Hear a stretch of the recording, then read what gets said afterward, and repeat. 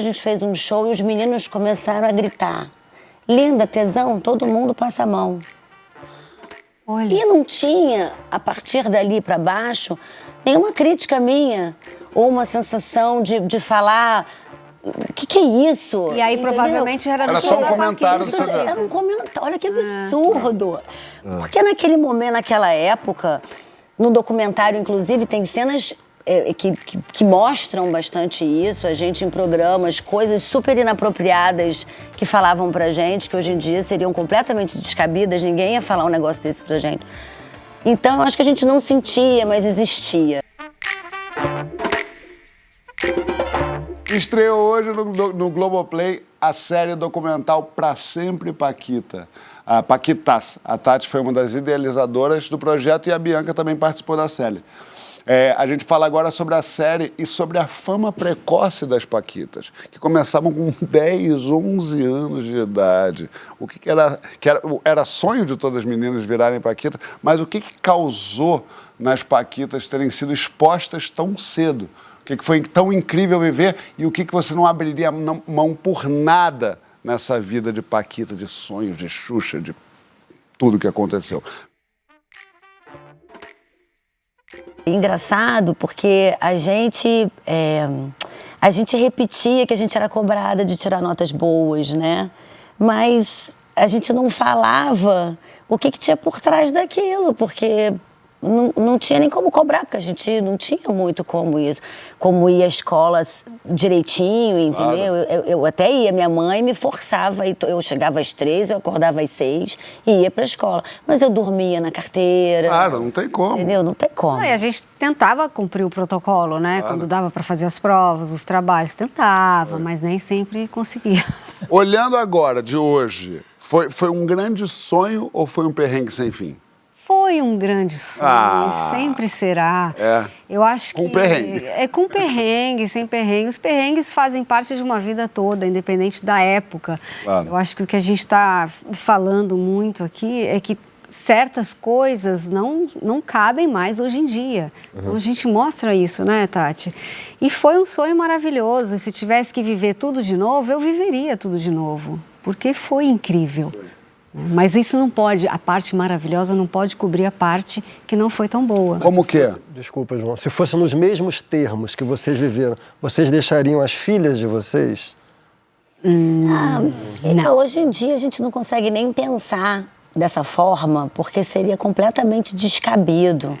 Eu acho, Bia, assim, que foi um sonho permeado de perrengues. Sim. Eu não diria que foi um sonho apenas, né? Mas assim, tudo na perrengue vida, como né? tudo na vida, né? Agora, realmente tinham essas questões que a gente está falando aí, que são questões descabidas. Hoje em dia Por não exemplo, tem como destacar. Mas, por exemplo, que questões descabidas? Isso que você falou da obsessão pelo corpo, do estar Pressão gorda. estética, a falta de diversidade, né? Claro. O show da Xuxa, eu acho que ele foi o primeiro programa da TV brasileira inclusivaço, né? Primeira vez que a gente viu Libras, não existia, a Xuxa tinha até uma música que era o abecedário em Libras, ela botava todos os PCDs na frente do palco, você não via em nenhum outro programa, né? Tinha um programa especial, lembra? Mas assim, você não tinha, por exemplo, uma diversidade lá no início de protagonismo, né? Claro. Enfim, tinham coisas que hoje em dia seriam completamente cabíveis. A pressão estética, a forma, a cobrança, a forma como essas regras, né, eram impostas pra gente, eram muito erradas. Claro. Né? Hoje em dia, ninguém pode se referir dentro de uma relação de trabalho da forma como se referiam a gente, principalmente porque éramos crianças e na maioria das vezes, desacompanhadas dos pais, porque eles até iam na gravação, mas a gente viajava com o pessoal da produção, né? Então, a gente estava desacompanhado. Tem uma frase sua aqui que eu tava para citar ela. Fomos precursoras numa época super machistas. Éramos mulheres, mas éramos crianças. Eu tinha 10 anos. A única coisa que eu posso dizer é que não era necessário passar por tudo que passamos. Tem uma coisa que me incomoda muito hoje em dia, né? Às vezes eu escuto uns comentários, assim, principalmente na internet, né? Que pega o assunto no meio do caminho e fala assim, ah, não, mas isso aí acontecia com essas meninas, mas era necessário. Gente, eu acho que a gente pode dizer assim, numa outra época, você não tinha a informação que você tem hoje. Então, tudo bem, você pode ter errado, porque todo mundo reproduzia aquele formato, você não via outra forma de conduzir. Agora, você dizer que é necessário, hoje, você dizer que aquilo lá era necessário, é tão descabido para mim. Não era necessário, entendeu? Claro. Eu parto desse princípio, não era necessário. Teve um monte de coisa que a gente passou que não era necessário, inclusive essas cobranças estéticas, e tudo bem fazer parte do contexto social da época, mas a forma como éramos cobradas, né? E com 10 anos... Uns 10 anos. Isso que eu fiquei muito... Eu, na minha cabeça, antes de ver o documentário, eu achei que era 16, 17. Na minha cabeça, que eu assistia, lógico, mas na minha cabeça eram pessoas mais velhas que eu, sei lá, da minha época. Quando eu ouvi 10, 11 anos, eu fiquei muito chocado. Mas você vê que mesmo o 16 e 17 daquela época tinha muito mais inocência do que um 16, 17 de hoje, com todas as possibilidades, né, de informação que se tem. Então, eu entrei com 15, mas os meus 15, quando eu entrei, eu ainda brincava de boneca às vezes. Então, era inocente, sabe? Eu detesto essa expressão figura pública. Eu acho uma expressão ideológica em nome da qual se autoriza muito tipo de abuso. Porque se a gente vem entendendo por ônus da fama que isso significa ser abordado muitas vezes na rua, assim, mesmo quando você desejaria privacidade, tudo bem. Se por ônus da fama significa a possibilidade de você ser criticado, embora de forma respeitosa, mas mesmo que duramente e por muitas pessoas, ok. Mas se o ônus da fama significar ter a sua privacidade invadida, violada, sem consentimento, ou sofrer ataque, discurso de ódio nas redes sociais, simplesmente porque tem um meio tecnológico que permite que as pessoas tenham acesso direto aos outros, aí não existe, aí não tem isso. Esse ônus da fama é uma expressão que as pessoas usam para se autorizarem a fazer o que quiser. Expressões despudoradas de inveja, de ressentimento, de ataque. Então não existe figura pública. Assim, o fato de você, de qualquer um de nós aqui, né, termos escolhido apresentar um trabalho no mundo, isso não faz com que tenhamos assinado um documento abrindo mão da nossa privacidade, do respeito das pessoas, entendeu? Isso não existe. Vocês sentiam essa falta de privacidade? Eu super concordo, até porque você pode ter a sua arte, o seu talento e nem curtir a fama. E a fama ser a consequência da sua arte sem nem você querer. E isso, inclusive, ser uma coisa que te atrapalhe. Tem gente que curte a fama sem mesmo tem talento. E tem gente que curte só a fama. Não, inclusive tem gente que não sabe nem o que quer ser. Só quer ser famoso. É verdade. Né? Mas Vivemos uma era. Eu fiquei pensando, você separa a arte do artista como?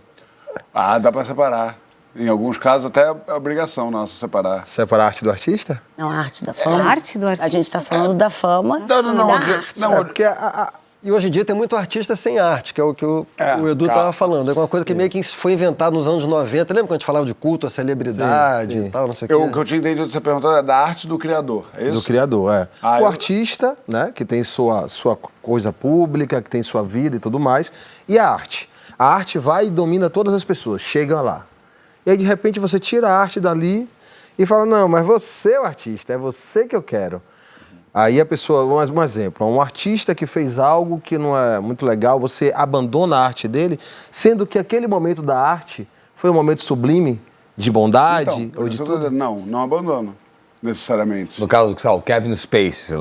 Kevin Spacey foi foi absolvido. Não, mas nesse No caso do Kevin Michael Jackson, Spacey. por exemplo. Michael Jackson, Essa por é uma exemplo. longa discussão.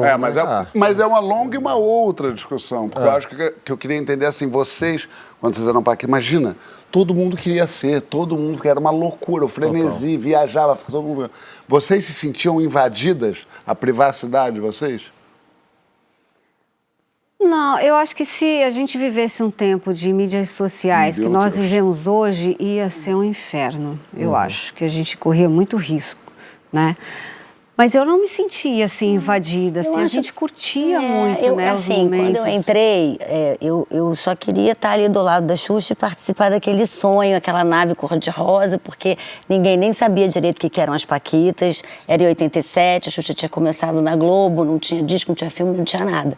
Foi tudo muito orgânico, foi tudo acontecendo muito de uma maneira muito orgânica ali. Vocês conseguem imaginar como é que seria ser Paquita hoje com rede social? Nossa, gente, seria um inferno.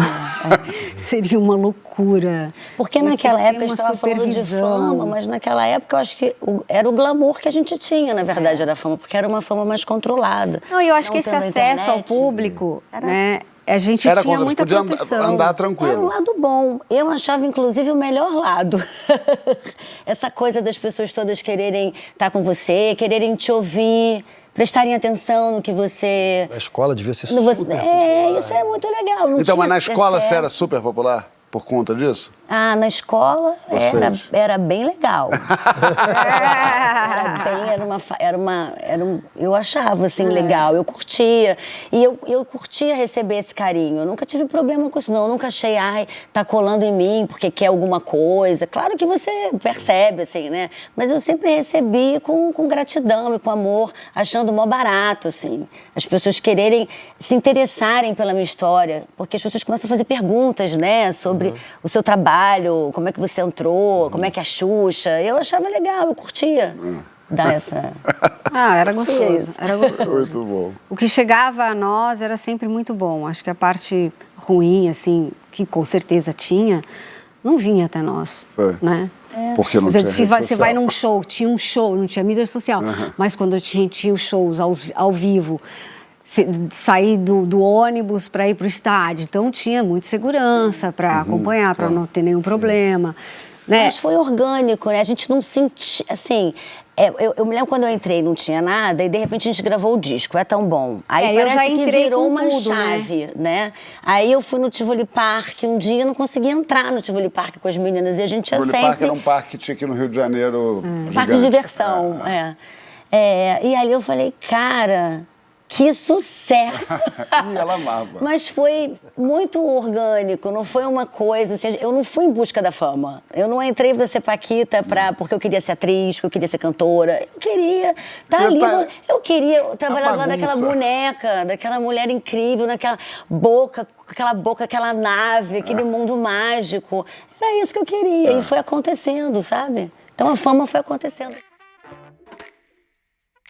Há quem diga que vocês eram pré-adolescentes e adolescentes hipersexualizadas. Vocês concordam com isso? Vocês acham que acontecia? Vocês sentiam isso?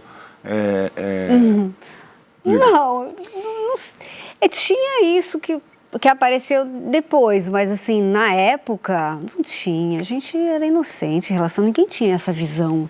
Olha, a gente era tão inocente que eu fui ler a minha agenda. Não, mas não por vocês, os outros. Então, eu fui reler a minha agenda, porque eu fazia agenda, né, todo dia, pro documentário da Xuxa ainda, o diário. E aí, num dos dias, assim, hoje a gente fez um show e os meninos começaram a gritar. Linda, tesão, todo mundo passa a mão. Olha. E não tinha, a partir dali para baixo, nenhuma crítica minha, ou uma sensação de falar... O que é isso? E aí, entendeu? provavelmente, era só um comentário do seu Era um comentário. Olha que absurdo. Porque naquele momento, naquela época, no documentário, inclusive, tem cenas que mostram bastante isso. A gente em programas, coisas super inapropriadas que falavam pra gente, que hoje em dia seriam completamente descabidas. Ninguém ia falar um negócio desse pra gente.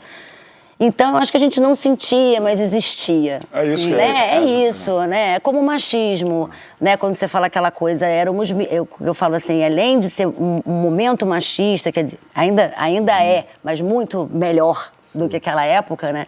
Ainda éramos crianças, ou seja, a gente não tinha maturidade para entender uma frase dessa, para entender um esporro, para entender uma pressão estética, a gente não tinha maturidade para isso. Nos 80 era um mundo sem compliance. Era.